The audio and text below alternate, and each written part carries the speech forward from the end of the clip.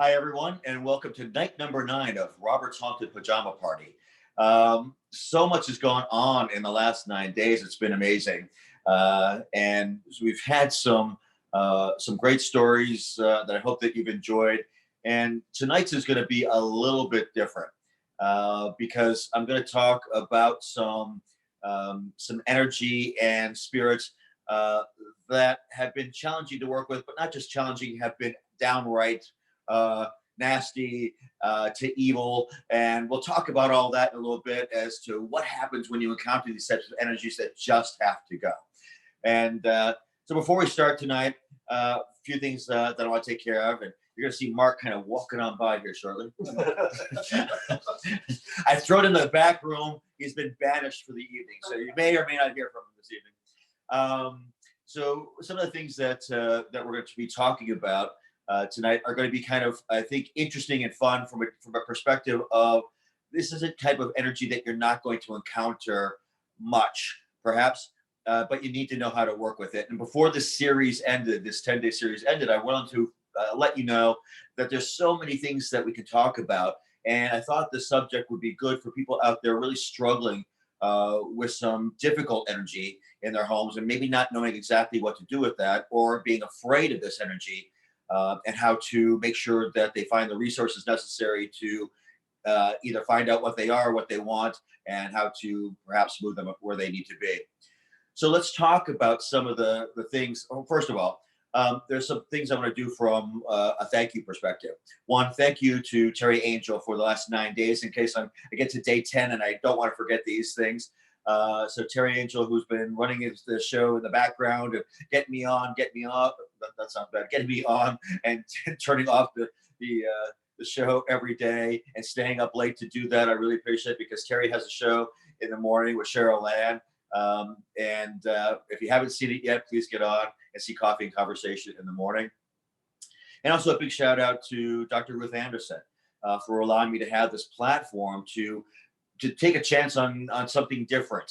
And my show is definitely that, and so am I from that perspective. So I think it's going to be. I just want to thank her publicly for taking that chance and doing this and finding new avenues, perhaps that we can look at to help enlighten and educate and find ways to bring additional aspects of spirit to you.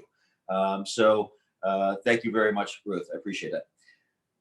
Other things I want to, Rosa Shapiro, thank you very much for your encouragement and your insight. You've been a great help to me. I just want you to know that. And everyone who's been watching this week and contributing with your comments. People staying up late in the UK, Wendy, appreciate it. And some other people in New Zealand and Paraguay and all over that kind of caught on with the show a little bit here and enjoy what we're trying to accomplish. So I really appreciate you all who are watching. My family and friends also who have shared this out to the masses. I really do appreciate all your kind support and your wonderful comments. So thank you very much, everyone, for all of that. And before we get started, again, for Matthew Delfino and for Stephen Kennedy, I know that Stephen, I haven't talked to Matthew, but I know that Stephen is aware that we're out saying prayers for him, and he's very, very appreciative of it. So thank you very much for all your prayers for Stephen as well. So let's get into tonight's show. And tonight, again, it's about, I titled this Ghost Gotta Go. And I'm going to give you a couple of examples of things that happened today on the penultimate show of the series. And one was an interesting story because it involves, again, kind of the play of light and darkness in a home and how that can really cause some challenging experiences for my clients. And you never know where it's going to come from. And I had, again, I'm going to change some names and things about the story so it's not identifiable, but keeping very, very close to the gist of the story. And there were a couple of cousins who lived together in Miami and in an older section of Miami. And they have been in this home for many, many years. And I got a call one day. And you could feel the energy on the side of the phone. You know how sometimes when you just talk to somebody or you listen to somebody, you just know that they're coming from a good place. You kind of get their energy, like Terry Angel or Ruth or Charlene. You know, you could feel their energy coming through the screen to you, and you kind of get their vibe, and you know that they're coming from a very good place, and you feel comfortable there. And that's what I felt like on the phone with these women, and they were terrified. They started telling me that they felt that they had something in their home that they needed me to come down and take a look at and see if I could see what it was so that they would feel some peace. But they were so terrified that they wouldn't sleep in their separate rooms. They were kind of sleeping in the same room together because they were both being terrorized by what was going on in the home. So I got down to Miami, and again, greeted by two lovely people who came out to just say hello and were warm and welcoming, and then walked into the house. And the house had some really, really both very good energy and really, really bad energy in it. So usually when I'm going to kind of talk about my process, when I go into a home, again, I'll get a sense of a person usually on a telephone call. I usually do a consultation with my clients before I even kind of agree to go see them, to make sure that somebody that I can help. I want to make sure that if you're calling me, I can help. If not, maybe I will pass you off to a medium who may be more specialized in something, or someone I know who may fit better with the energy that's going on, so that we can resolve the issue that's at the home or with the client. So I get that energy, and the first thing that I do is we'll walk into a home.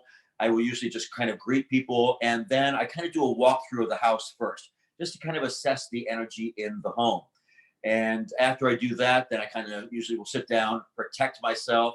If I need to, I'll go back outside, protect myself, go back in, protect my clients, make sure that nothing's going to happen to them through this process, and then begin usually with the cleansing to get rid of the energy, or kind of manipulate the energy a little bit to a place where I can better work with it and start to tap in. Once I'm protected, then open myself up to kind of communicate with spirit a little bit more openly than just the sense and the feeling I was getting when I took that first pass. And then, when I come, it's a 2 to 4 hour appointment at a minimum typically. And it's been longer when I found some really nasty stuff. And this one was one of those nasty cases. So in this instance, I think one of the things that everybody should know is these were two women who were very, very religious, and have lived in this old neighborhood in Miami, have never had a problem there. They really clung to their faith, and you could feel that about their energy. And so I started that first pass after walking to the house and greeting them both, and started doing my first pass. And kind of walked into the kitchen, walked into the living room area, and then started down this long hallway. As I went down the hallway, there were 3 bedrooms. So the first one on the left-hand side, the second one on the left-hand side, and there's one on the right-hand side. And the right-hand side was closed up. The door was closed. So as I walked past the first bedroom, again, the energy was good, but a little kind of like depressive energy, a little bit of fear that I was feeling there.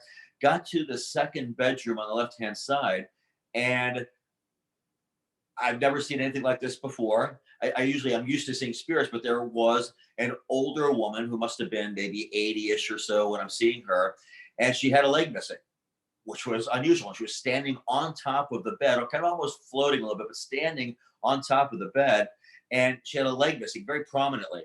And I didn't know what to do that. So I just yelled back to the 2 women in the room, I'm like, "Excuse me, whose room is it back here?" And one of them said, "That's my room." And I said, "Who's the older lady? Because I've got a lady here who had a leg amputated." And she said, "That's my grandmother." I said, "Perfect." That's kind of the energy I get, but wanted to kind of confirm what I'm sensing and feeling. And she told me that that she lost her leg due to diabetes. And I said, "Did she lose her leg to diabetes?" And she confirmed again that this is what happened. And I said, "You're afraid to go in this room because you feel like you're being squeezed at night and it terrifies you." She said, "Absolutely." I said, "There's nothing to worry about here." She's telling me that you also have diabetes. And she said, "I do." And so this is just your grandmother hugging you. She's not trying to scare you. She's not trying to harm you, but she wants you to know that she's around, so that she's, so that you don't go the same route that she did, that you're taking care of yourself, that you're watching your health. And she assured me that she was. So I said, just take this as a loving message from your grandmother. This is what she's trying to do. She's trying to protect you. She's trying to make sure that you're watching your health and doing all the things necessary so you don't go down the same path medically that she did. She took that wonderful message, which was fantastic. She gave me a few other messages that were kind of more personal, and I won't go into those. But then the grandmother was telling me that she was also protecting these two cousins from the other energy that was in the house, and moving from that loving, protective energy, healing energy that was coming from the grandmother. I turned around and looked at this other room, and I don't usually not just kind of charge into places. You can tell by my person, I'm a little bit of a bull in a china shop sometimes, and usually I'll just throw things open, walk in. But I knew when I went into this room, I was going to encounter something very nasty. But again, doing what I have to do and what I'm supposed to do, what I'm called to do, open the door. The two cousins went back into the living room. They didn't want to be around. So I walked into the room, and it was full of clothes and knickknacks and furniture and all kinds of things that had been there for a long time. And there was a little path about the body width wide where you could make it from the door all the way across the room, kind of winding a little bit. And there was a computer desk and a computer, and there was a window in front on one side and a window on the other side of the room. And both of them were completely closed off. And the room was dark and it was cold. And walking into that room, I got about halfway in when I felt that stuff was going to start to collapse on me. I felt things falling on top of me. It wasn't happening, but I could feel this is what was going to happen if I spent any time in this space. So I made it all the way to across the room and just stood there and kind of assessing the energy, and it was bad. I mean, really bad. One of those spirits that I don't like to encounter, that I've kind of learned to kind of harness my fear at this point. But it was still one of those ones that I just don't want to deal with, but again, called to, have to, and I'm here. So you do it. And so I left the room, went back into the other room, into the living room with the cousins sitting on the couch. And I said, I don't know who this is, but he was buried very close to here. He's related to your family. I hate to go here, but this man actually slept with several of the girls in the family through the years. And this is his energy, and he is here. He's taken up residence in this house. I feel that he lived close to here, or this was his home at one time. But he has taken up full residence in this house for whatever reason. He's here, and then he gave me his name. Again, I won't say publicly, but he gave me his name, and they said it was just kind of an aha moment for both of them. They knew who he was. He had died maybe 15 years or so before, and they knew exactly who he was, and what I was saying completely resonated with them. Thankfully, they weren't involved with that aspect that just happened before they were born or that they were of age. And so but they knew the stories in the family of who this uncle was and what the problems were that he had caused in the family. So I said, this is who you have, and this is what we have to do. And like I said earlier in the series, one of the things that I'm kind of told to do is exactly how I need to work with spirit, what I have to do, how I need to do it comes to me. So it's different every time I go to see a client. I'm told different things to do so that I protect so that I'm protected and that I do the right thing, and that I'm taking it down the right road so I can resolve the problem that's going on. And so that's what I did. As I did a clearing ceremony that was involved, and they told me that they hadn't been in that room. They had several family members who had died through the last 15, 20 years, and they used that bedroom, that third bedroom, as a catch-all. So when people died in the family, they inherited things and got things, and it all went into that room. And so all that energy from numerous people who had passed on, so it must have been, it told me, maybe 10, 15 people who had passed in the last 15, 20 years in their family, that they acquired all this stuff from, and that all that energy, all of that uh, that turmoil of different people's energy in that room was palpable. And that's what Uncle was living in, and it was not good. So they told me that they for a few years would try and go back to that computer and maybe do work and play games and do things on that computer, but they stopped doing that a decade ago because they would be sitting in that room and they would feel tile would shift and things would come falling down, sometimes on top of them while they were sitting in a chair and things of that nature. So they refused to go in there. They felt that energy, and they refused to go in that room. So they kept it closed all the time. So one of the things that they told me to do, and this again another first for me, was there were so many things in this room, furniture and everything else, that you couldn't make it like to one of the windows on one side and that sort of thing. So they're telling me I have to help move this furniture. So I asked them, hey, do you have a place so I can move this? So they had storage units outside, and they said, I have to move things for you. I've got to do it. So I stopped what I was doing. I actually literally physically moved dozen or 20 chairs out of the way, so that and to move some more stuff out so that they can make it to the other window. Opened all the windows to let sunlight into this room for the first time in more than a decade, and really start to elevate that energy. And I had them, the task that they had to do was they were going to have, because this guy could come back, I could get rid of him and move him on, but there were still possibilities of energy coming back into the space because the space and the energy was so thick with this kind of energy. And so I didn't clear it all. One of the things that I asked them to do was to remove everything from that room. And so I don't care whether they have garage sales, whether you donate the furniture, whatever you need to do, use some of the furniture. I don't care what you're doing with it, just get it out of this room. And so that's what they spent. They took the next day, because I had moved out some things. They started the next day removing the clutter. Like I think I told you earlier in the series as well, clutter is a huge, it's kind of like a sponge and it just absorbs all kinds of energy, sometimes good, but a lot of times negative energy. It just holds on to that energy. So if you have clutter in the house, declutter, please, and let light into the room. And that's what we did here.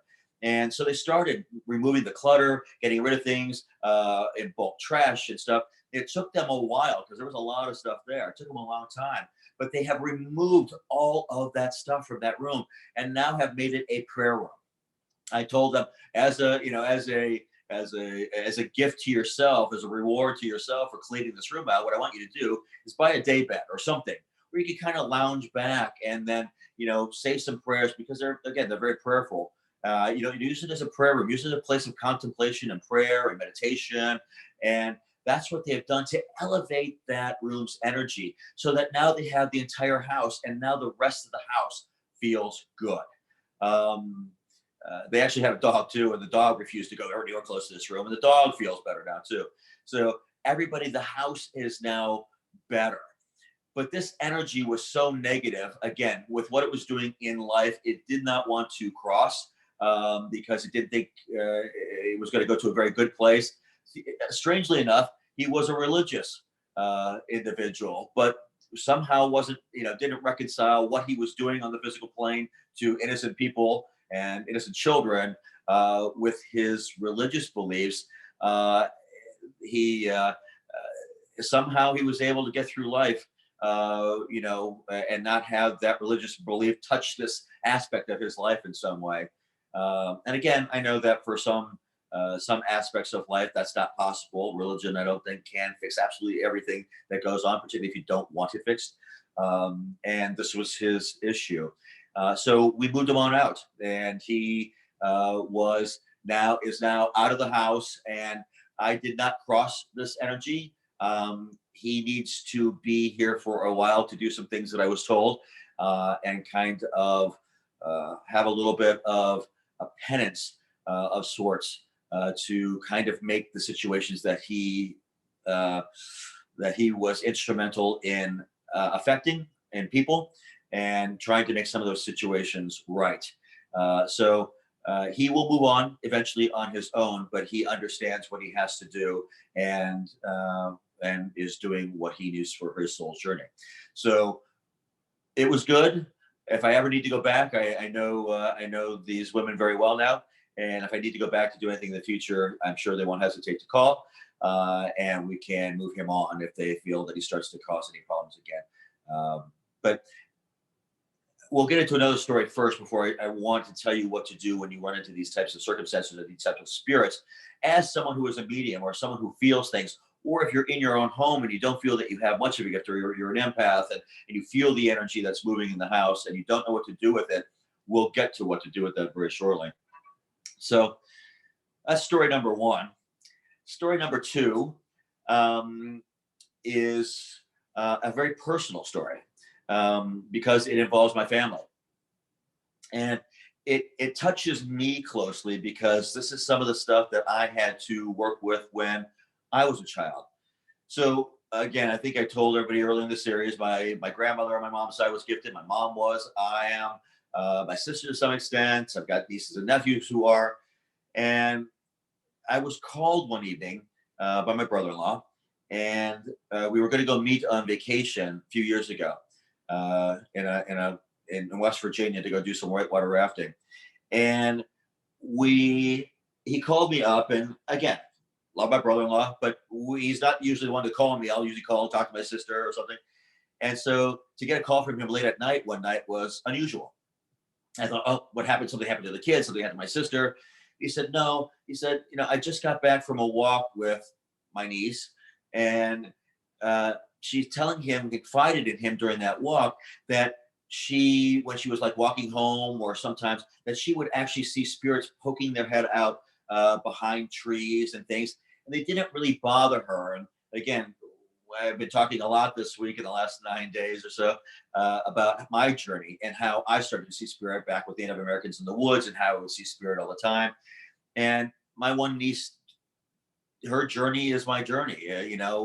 How she sees and how she perceives spirit is now what she's starting to experience at a young age. And so my brother-in-law asked me if I would chat with her and kind of help her, because she was okay with seeing spirit as long as they were nice.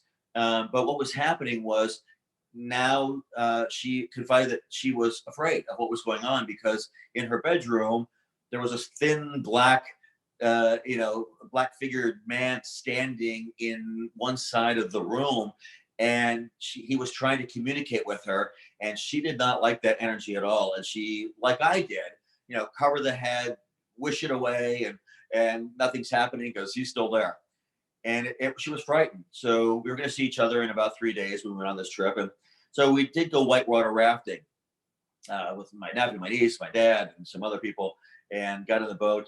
Mark wouldn't go. Mark's not big a fan of whitewater rafting, just throwing it out there. So we went out, and again, he's not a big fan of the morning either. I was ready to get up at 6 o'clock. So we decided to go, and had a wonderful morning, had a great time, and we were going out for lunch, and kind of took my niece aside and said, hey, come with me, and let me, your dad kind of told me what's going on. Let's chat for a while. So everybody went to lunch, and I sat down with my niece, and we were talking, and I said, your dad tells me that you're seeing things. And she said, yeah, I am.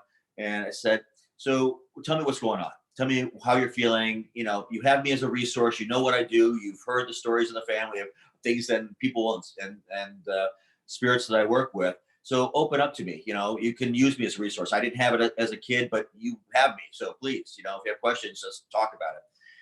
And she started to tell me about how she started to see things, and again, her journey was similar to mine, and how spirit presented themselves, and how clearly she saw spirits, and that hadn't crossed, particularly those who were stuck, and got their emotions and feelings, and tried to kind of hide a little bit from it.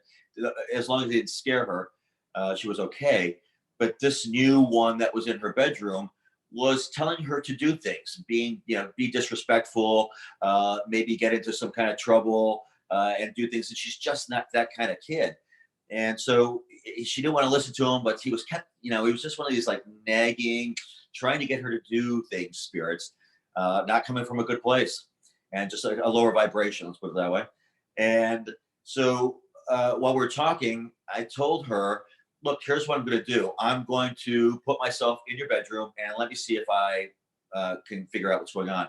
So again, I haven't talked a lot about astral projection in this, but sometimes I'm able just to go places, and sometimes without thinking about it, they just put me places so I can see what's going on.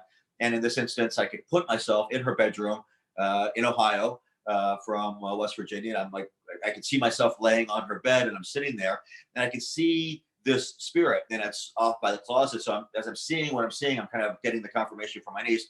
Like, look at the foot of the bed on the right-hand side. I'm seeing this tall spirit.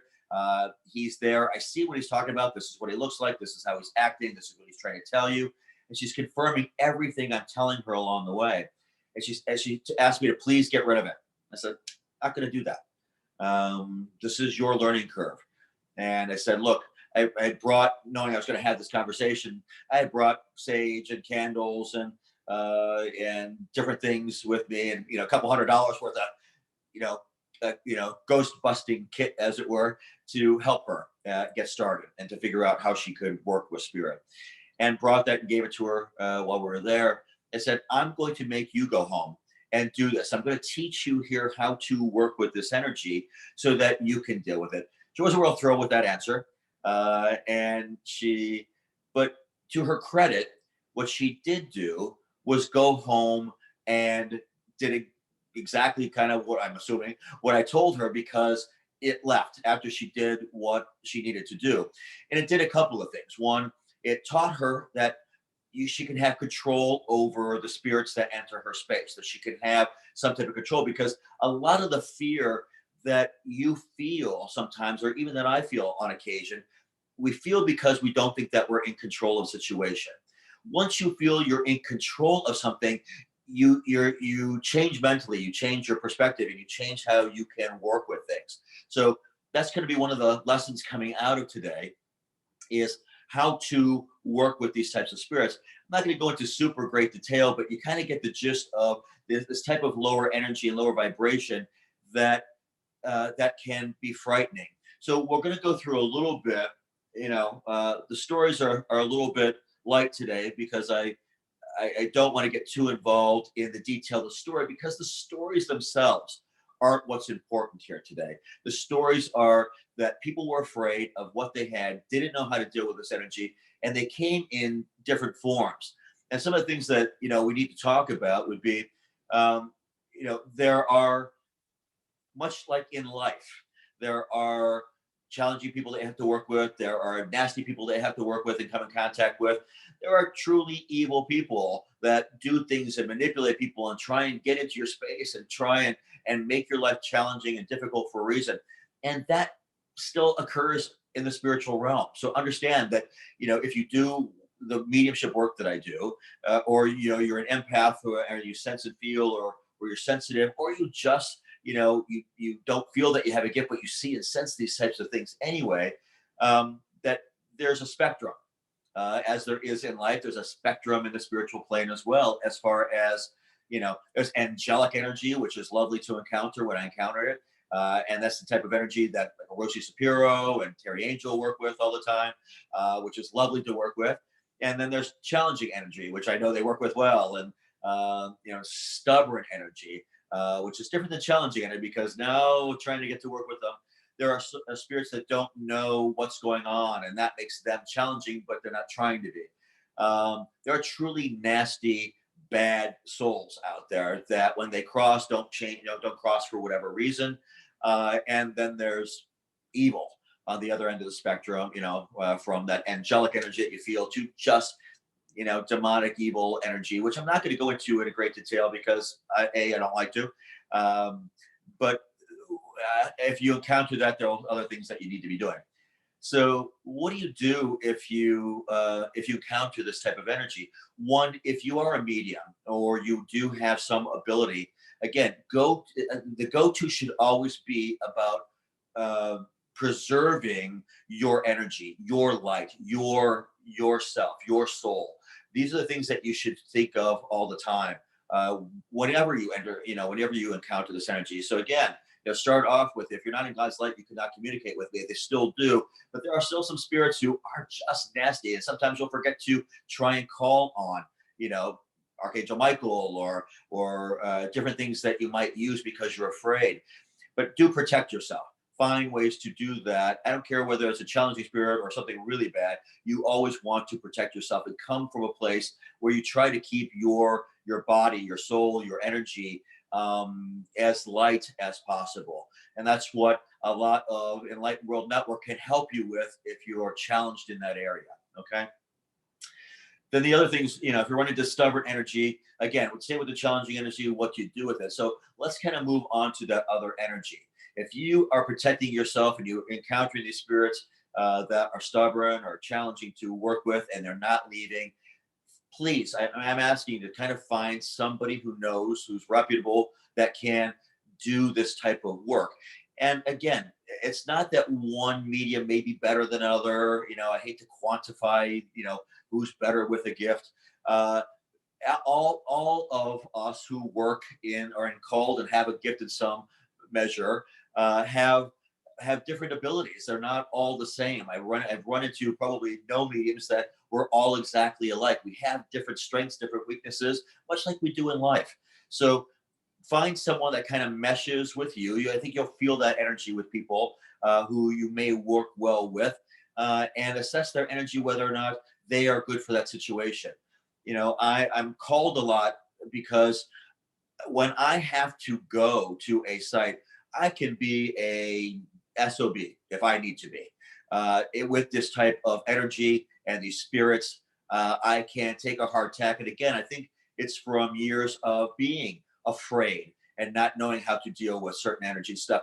When they moved me on this path to be able to be one of those people who can deal with truly nasty spirits. So, but even I will work with, if you want to say possessed or really, really negative energy spaces. But I won't work with people who have that type of energy because my lack of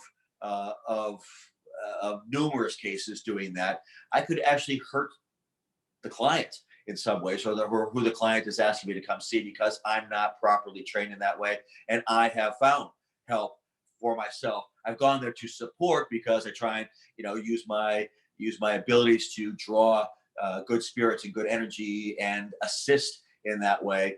But I won't deal with that really bad energy when it relates to actually people. I won't go there. I will consult, but I won't do that actual work because I have not been trained for years to do that. I think they're pushing me to do that eventually, but at the moment, I'm not going to go there.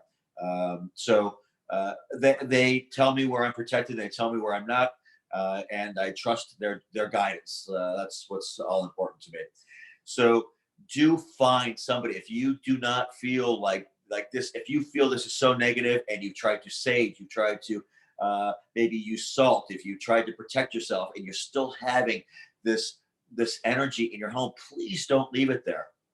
I'm asking you to please deal with this energy and do it the right way. Find somebody to move the spirit on, because if it's not truly evil or something, that soul needs to also move to the right place to continue their soul's journey. And even though, you know, there's no, you know, I always find it to be like an assist in basketball. You know, I may not be the one who dunks the ball, but I pass it to him to be able to do it if that's what I have to do in a circumstance. And that's what you're doing as well. You know, you're contributing to the assist to get somebody else to do what needs to be done, to score the points or to be able to take care of the actual situation and resolve that matter. So that's what I really want to talk about tonight, is particularly with this type of energy. It's not really a warning. It's basically a call to make sure that you're doing the right thing, that you do get these souls where they need to be, or dispense of them in a way that they need to be dispensed with in certain cases. That's probably a subject for another show. We won't go into now on that really negative stuff. I think we will talk about that. That kind of leads me to like the final point here, which would be, I've got my last show tomorrow on the series of the Haunted Pajama Party, where we're going to kind of reincarnated in perhaps another way moving there. We're going to do a show about questions and things. And tomorrow night, hopefully I'll be able to announce what days we may be doing those, and maybe another platform that we will choose. Not as far, we're going to use the same network, obviously, because Dr. Ruth Anderson has been very gracious in that regard. But we're talking about a variety of ways that we can bring you content that would be beneficial to you. So if you have questions or comments, please leave them here. And if there's something that you want to see, something that's not addressed, or something that I can help with, because I'm really going to go down the direction of hopefully teaching people a little bit more about how to work with spirit, how to work with the energy, and hopefully you'll learn some things and be able to incorporate that in how you work with spirit on your with whatever gift that you have. So I thank you again for watching this evening. I wish you all a wonderful evening and a blessed night, and we'll see you tomorrow night. Have a great evening. Happy Mother's Day.